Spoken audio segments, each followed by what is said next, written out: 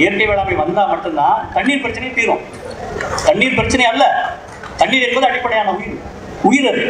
அதை ரிசோர்ஸஸ் பற்றி சொல்லும் பொழுது நம்ம என்ன சொல்றாங்க, நான் பாருங்க, இந்த மேற்கத்திய சிந்தனையாளர்கள்லாம் ஒரு சிக்கலான சொற்களை போட்டு தான் எழுதுவான். என்ன சொல்லுவாங்க, வாட்டர் ரிசோர்ஸ் மேனேஜ்மெண்ட் கூட. ரிசோர்ஸ் தப்பான வார்த்தை. இன்னைக்கு இருக்கக்கூடிய அறிஞர்கள் அதை மாற்ற சொல்றாங்க. ரிசோர்ஸ் மட்டுமல்ல, அது வளம் அல்ல, வளத்தையும் தாண்டியது, பியாண்ட் ரிசோர்ஸ், அது உயிர். இந்த டீப் எக்காலஜின்னு ஒரு குரூப் இருக்காங்க, ஆர்டி நாசர் அப்படின்னு ஒரு நார்வேகர். டீப் எக்காலஜினா வடக்க நம்ம பேசுகிற சூழலியலை விட தாண்டி பேசுறது. அது நம்ம வள்ளல் பெருமாள் இருக்காரு இல்லையா, கடலூர் வள்ளல், அவருக்கு முன்னாடி ஒரு பிச்சை எடுக்கணும். அவ்வளோ அற்புதமாக பேசியிருக்காரு நம்ம வள்ளலார்.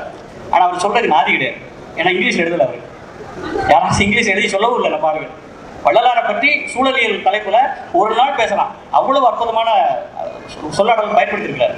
உயிர்ம நேயம் என்ற சொல்ல பயன்படுத்துறாரு. நீங்க எல்லாரும் நம்ம மனித நேயம் தான் கேள்விப்பட்டிருக்கோம். அதெல்லாம் உயிர்ம நேயம். உயிர்ம நேயம்ன்றது வாடிய பயிரை கண்ட போதெல்லாம் வாடினேன். ஒரு செடிக்கு உயிர் இருக்குன்னு ஜெகதீஷ் சந்திரபோஸ் சொல்றாரு, பின்னாடி சொல்றான்.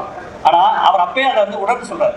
இப்படி நீருக்கும் நமக்கான உறவு என்பது ரொம்ப ஆழமானது. இது தொடர்ந்து விரிவாக சொல்லிக்கிட்டே போகலாம். கடைசியா ஒன்றை சொல்லி மட்டும் முடிக்கிற நேரம் கருதி ரொம்ப மகிழ்ச்சி. இப்போ 2 நாடுகளை பற்றி நம்ம குறிப்பிடணும் உலகத்துல. ஒன்று ஈக்வட்டார், இன்னொன்று நம்ம இது பொலிவியா.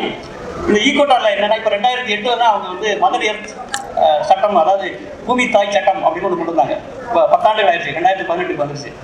அவங்க என்ன சொல்றாங்கன்னா, இந்த அவங்க நாட்டில் வந்து எக்கச்சக்கமாக பெட்ரோல் இருக்கு, நிறைய நிலக்கரி இருக்கு, படிக்க ஃபாசில் ஃபியூல்னு சொல்லக்கூடிய படிக்க இது அதிகமாக இருக்கு. அவங்க என்ன சொல்லிட்டாங்கன்னா, இனிமேல் நாங்கள் வந்து இந்த நிலக்கரியோ பெட்ரோலையோ எடுக்க மாட்டோம்.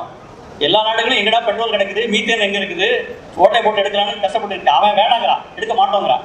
சரி, எப்படி உங்கள் பொருளாதாரத்தை நீங்கள் சரி பண்ணிக்குவீங்க அப்படின்னு கேட்டால் அவன் சொன்னால், நாங்கள் வேறு வழியில் பண்ணிக்குவோம். எப்படி, நாங்கள் வந்து இந்த நீர்நிலைகளை பாதுகாப்போம், காடுகளை வளர்ப்போம், சுற்றுலாவை அதிகமாக்குவோம், அதன் மூலமாக நாங்கள் சரி பண்ணிக்கிறோம் அப்படின்னு சொல்கிறாங்க. அதுக்கு சட்டத்தை ஏற்றிட்டாங்க. இப்போ அதை பார்த்தீங்கன்னா கடுமையான பொருளாதார நெருக்கடியில் அவங்க மாட்டிருக்கிறாங்க. ஆனாலும் தொடர்ச்சியாக அதை வந்து எடுத்துக்கிட்டே போகிறாங்க. அப்போ இது எதை காட்டுது அப்படின்னா, ஒரு மாற்று உலகம் வந்து உருவாயிருக்கு. அது எங்கே தொடங்குது? தென் அமெரிக்காவில் தொடங்குது. இங்கே தொடங்கணும். எங்கே தொடங்கணும்? நம்மிடத்தில் தொடங்கணும். நம்முடைய மரபில் இருக்கக்கூடிய அவ்வளவு செல்வங்களையும் அந்த ஆற்றல்களையும் நம்ம எடுத்துக்கிட்டு போனாலே உலகத்துக்கே சொல்லலாம். அவ்வளவு செய்திகள் இருக்கு.